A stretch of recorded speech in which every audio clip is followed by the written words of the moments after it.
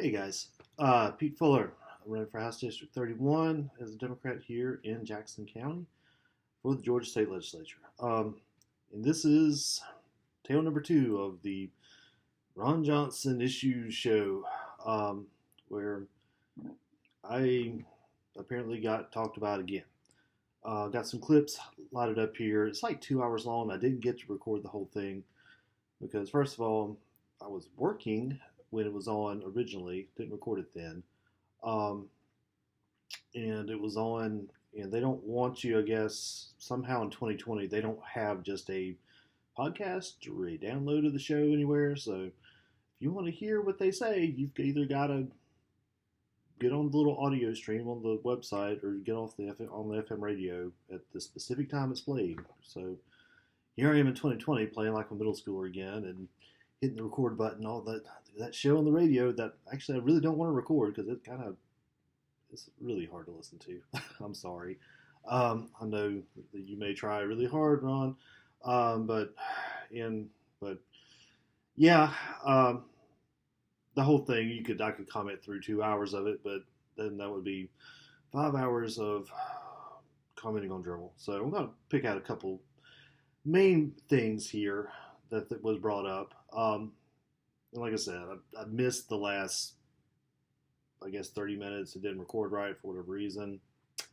I'll summarize that part because I did make some notes on that. But yeah. So we're going to start here with some opining on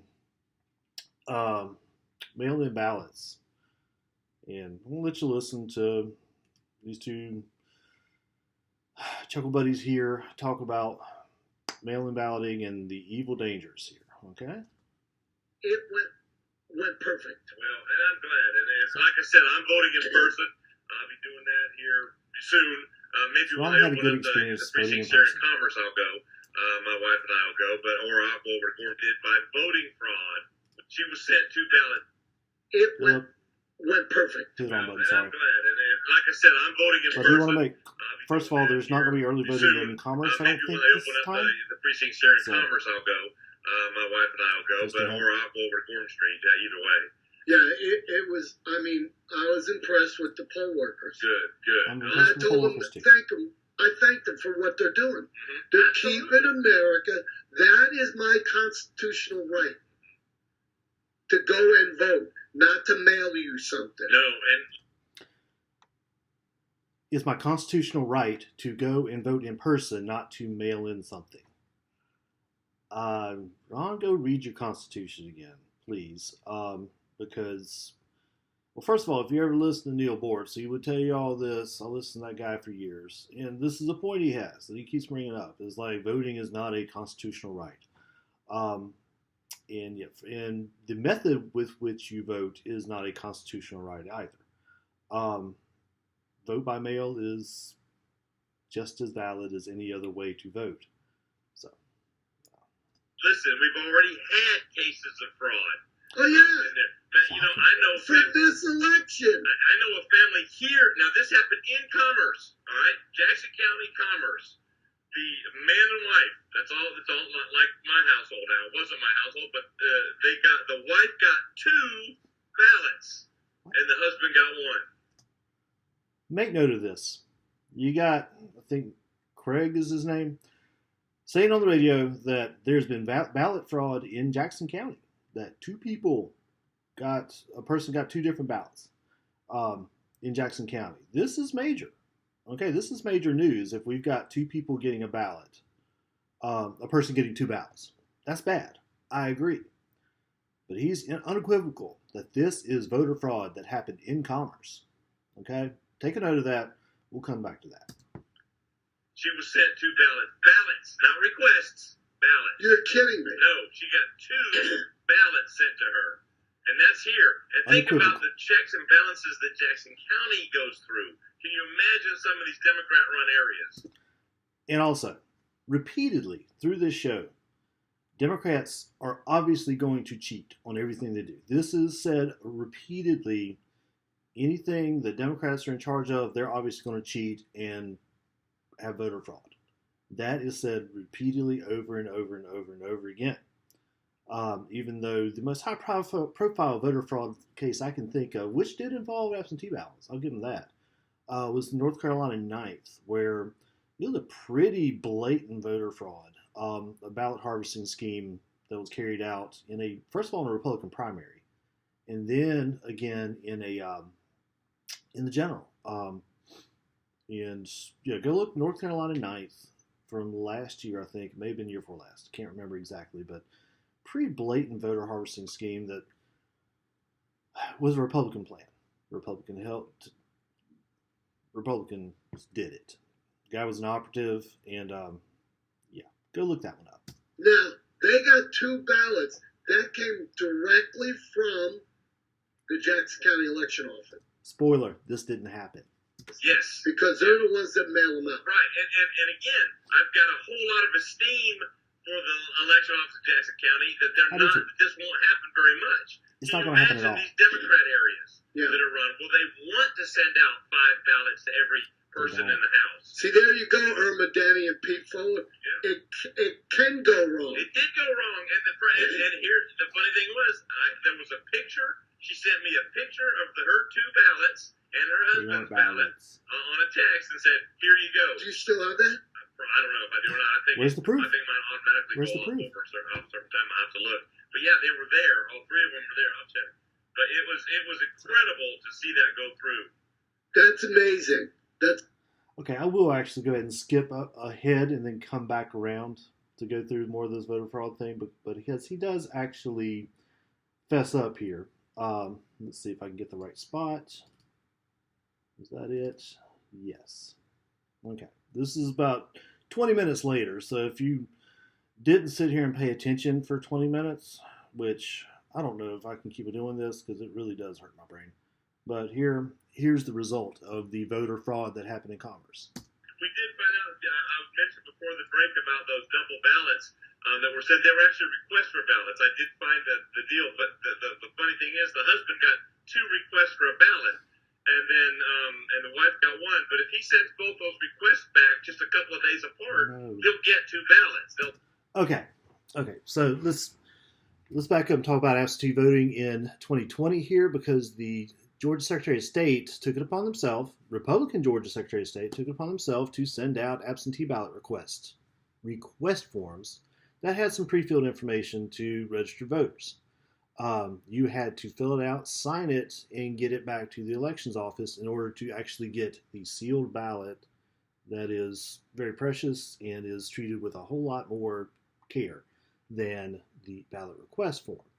Now, yeah, it sounds like there was all kinds of typos and mess ups in some of the absentee request forms that were sent out.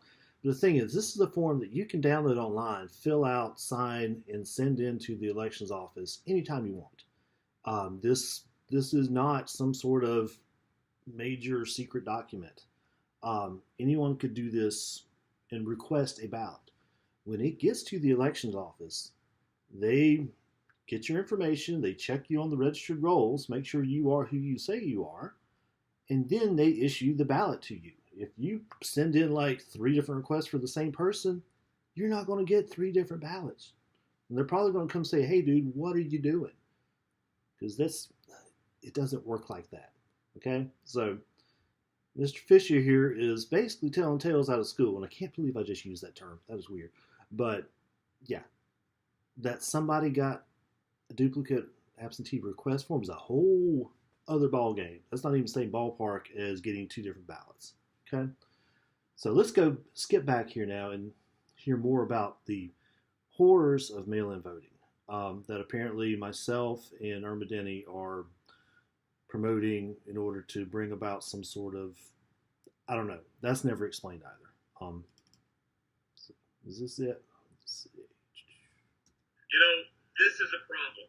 We can't have strictly mail-in votes. I'm sorry. No, we can't. Their history, again, now. No, first of all, he's saying we can't have this because we had fraud, because we had this issue in Commerce that actually wasn't an issue. But so he built this whole argument on something that wasn't exactly right. So we already know that Mr. Craig here and Ron both have some very flaky knowledge about the whole vote by mail system.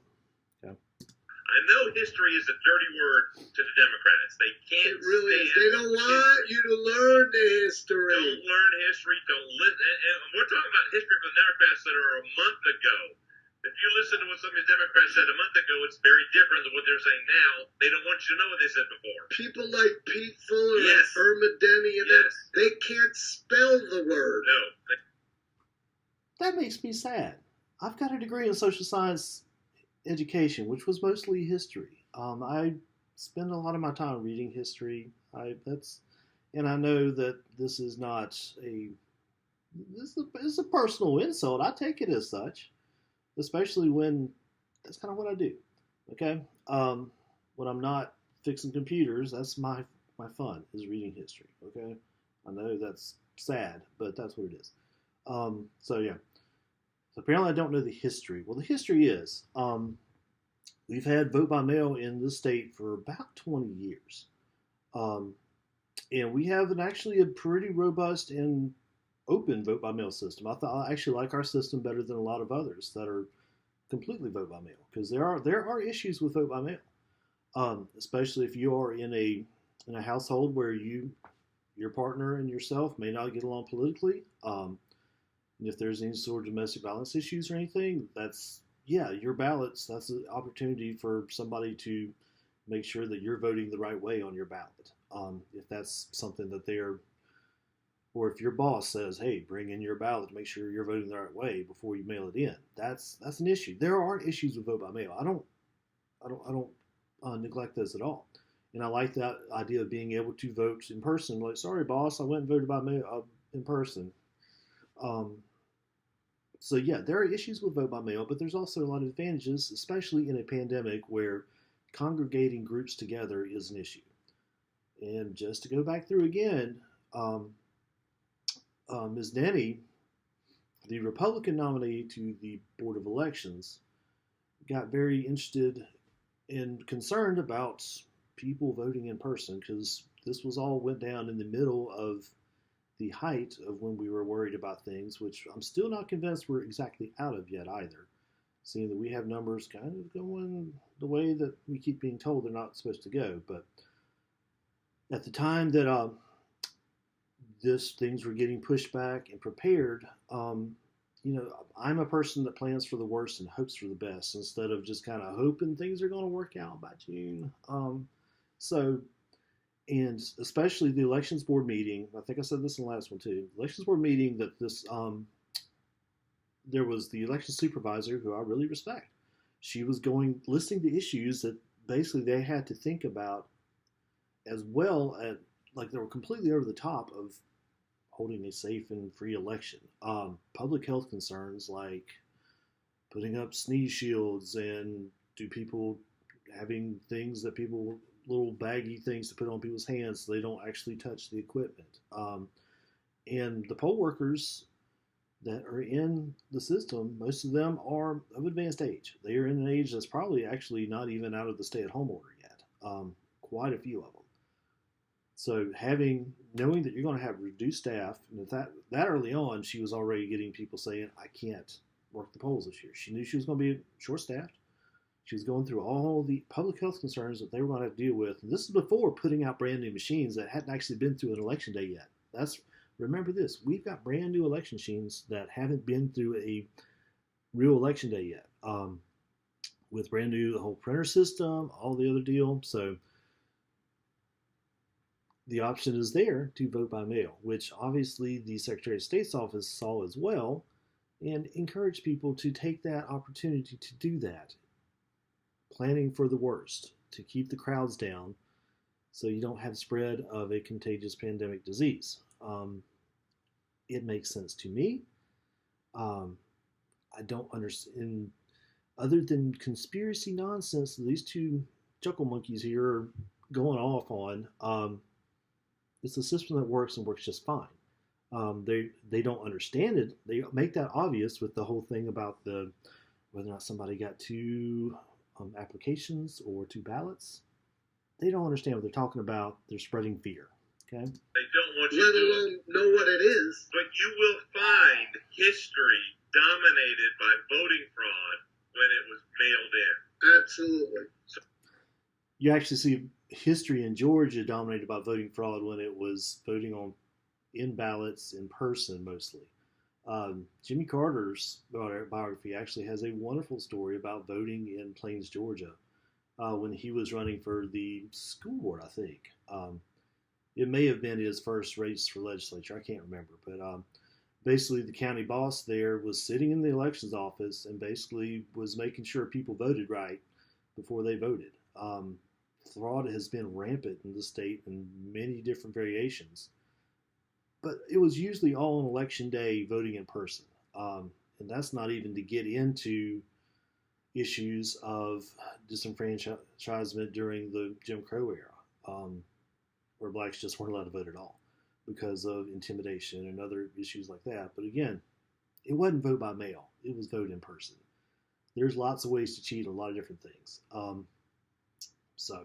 And I'm actually more worried about cheating digitally than I am voting by mail fraud. To vote by mail and have the kind of fraud that would turn an election, it's a one-to-one process. It's pretty difficult to actually get enough people in to do that. I'm much more concerned about when the votes get tabulated and sent off to a computer database somewhere. That's the scary part. If you do know anything about computer security, if you know anything about network security, that's the part that you're like, oh God, because that's when there is no paper trail. The new systems do have a paper trail in some respects because there is a printed ballot that you get to read before you scan it into the system if you vote in person. The problem is, though, with this new system is that there's a QR code on it as well. You see a little QR code that basically looks like a little squiggly square that has some dots in it. It's a digital interpretation of what was printed on your ballot after you. New system. You choose who you're voting for. It spits out a piece of paper, prints it out. You get to look at it. Then you go over to another machine and feed the paper to this scanner. That's the voting process on the new machines. And there's a QR code on this ballot. What's scary is the printed words that you read on the ballot are not technically your vote. That QR code is technically your vote. And that QR code is not human readable. You can't take out your phone and point it at it like you can on a lot of QR codes. And that's where I worry about voter fraud personally. And that's the nice thing about the absentee ballots right now is that is just a simple Scantron sheet. Just like we all have, if you're a certain age, you've taken a lot of Scantrons. It's just a bubble in thing, scan it. That's the voting process now with that. So, that seems like a much more secure process to me than the QR code, and definitely vote in person. We've had fraud there too. So don't let these two chuckle butts get you there. And let's bring up the point too that there are 5 different states in the U.S. that for years now have done 100% vote by mail. You've got Washington State, Oregon, Colorado, Hawaii, and the liberal bastion of Utah. They're all vote by mail states. They don't have an election day. You get your ballot mailed to you, you mail it back. If you did an absentee ballot in Georgia this year, it's the exact same process. They do have a lot of more procedures in place, and people are much more used to doing that there. But it enfranchises a lot more people, and that's the real issue that I think Ron has with all this. I think that's the issue the president has as well, is because it does allow people to get your ballot, you get to open it up, you get to do your research on these people that you're looking at instead of going in and saying, oh, I need to go vote because I was told I need to go vote today. And you get in the ballot box and you're like, oh, I don't know who I want to vote for county commission or what this ballot measure is that's worded in some sort of crazy legalese. Gives you a chance to look at it. It comes to you. If you work night shift, you don't have to arrange to go vote during the day sometime. If you're busy with a bunch of kids, you don't have to take time to take a couple 3-year-olds out to the polling place. There's a lot of advantages to vote by mail for people that usually don't get a voice, not near as much voice as some of these gentlemen here that apparently have all Thursday morning to sit and talk on the radio about this other mess. And voter fraud is rare, like I said. I think I talked about North Carolina 9th. Go look at the history of Washington State, Oregon, Colorado, Hawaii, Utah. Go Google them. There's no massive voter fraud schemes that are happening that's been reported in these states. There's just not. there's this massive concern about voter fraud, but really, in-person voter fraud is extremely rare. Mail-in voting fraud is extremely rare.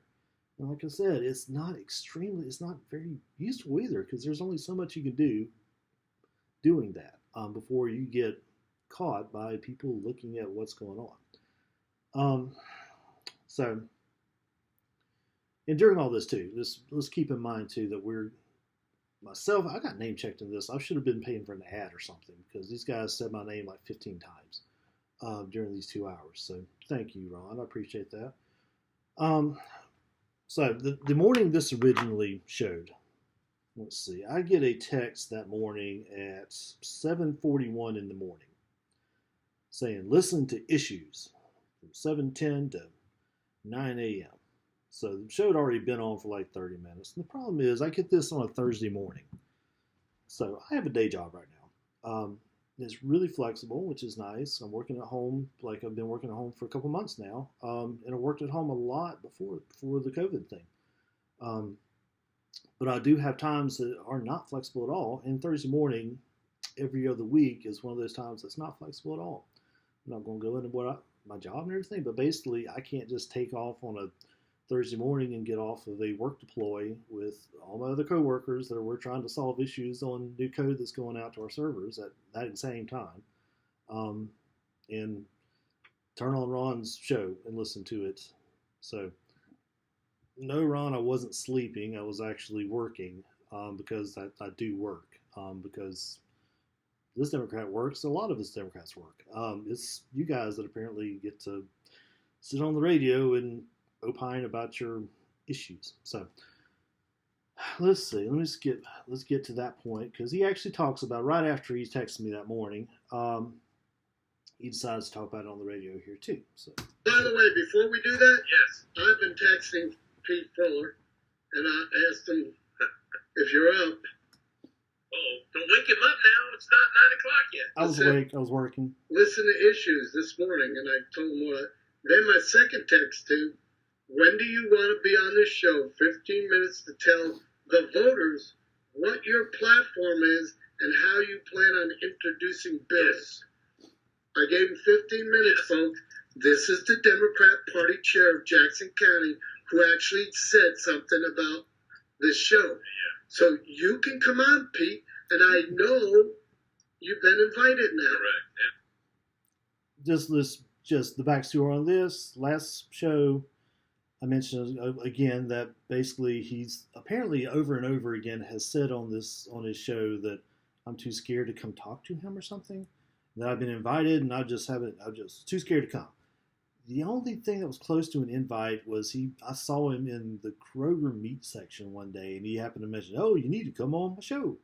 And I'm like, "Sure, just tell me when. That's fine." That was not even this is kind of, at least I got a text message saying, "Hey, will you do this?" Like that's nice. Of course, he sent the text message at the same time he's doing this. So okay, thank you for the invite, Ron. I'm seriously thinking about it. Okay, because let's go on through this little invite part here first. And the funny thing is, half of what he said wasn't true at all. He just threw it out. Yeah, you've been drinking beers. He was drinking beers while he was saying And it. he will. Everything I said was true. I had one beer during a 30-minute something video because it takes some alcohol to listen to these guys. Seriously, it's rough. And look, I've been getting growlers up from up here at Rival Hall because I'm trying to keep them in business, and because I support local business, and yeah, I enjoy beer from time to time. Okay, so sorry, Ron, if me enjoying a beer, listening to two dudes talk this dribble offended you somehow. I don't know. Will not be attacked. You I'll will not be not attacked. be attacked. Absolutely not. Discussion will go on, but What are you planning on doing as a state rep, seeing you're running against Tommy Benton? So the only thing that gives me pause here is if you listen to this 2-hour show, it is nothing but a constant attack on Democrat. Like I marked some things, took some notes here and there, but the Michigan governor apparently is making her state a slave state. I get called out quite a few times for saying old people should not go in person to vote right now because they still are under a shelter in place and there is a pandemic. Every other Democrat that's mentioned, let's see, every Democrat that is in charge of the voting apparatus obviously is going to cheat. The list goes on of attacks on Democrats. Usually it's Democrats. Sometimes they get really creative with their naming. And yeah, that's so. Am I going to get a fair shake here? I don't know. Please do that. Take it up. Let us know. This is Trace Atkins. And the second part, when they actually reiterated, because I actually did text him back at some point after this. What did I send in? Basically, that I closer to 9. I'm like, I missed the show. I'll look at my schedule and get back to you. I asked him when the replay was. Here's our little text conversation, by the way, if you just really want to see it, because yay. And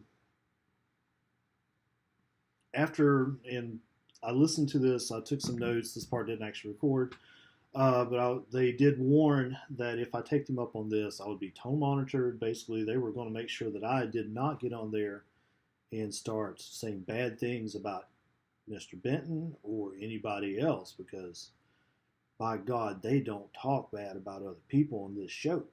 You know, they clutch their pearls just so tight. I'm afraid they left marks on their neck because, you know, us Democrats are so mean to other people and say such bad things.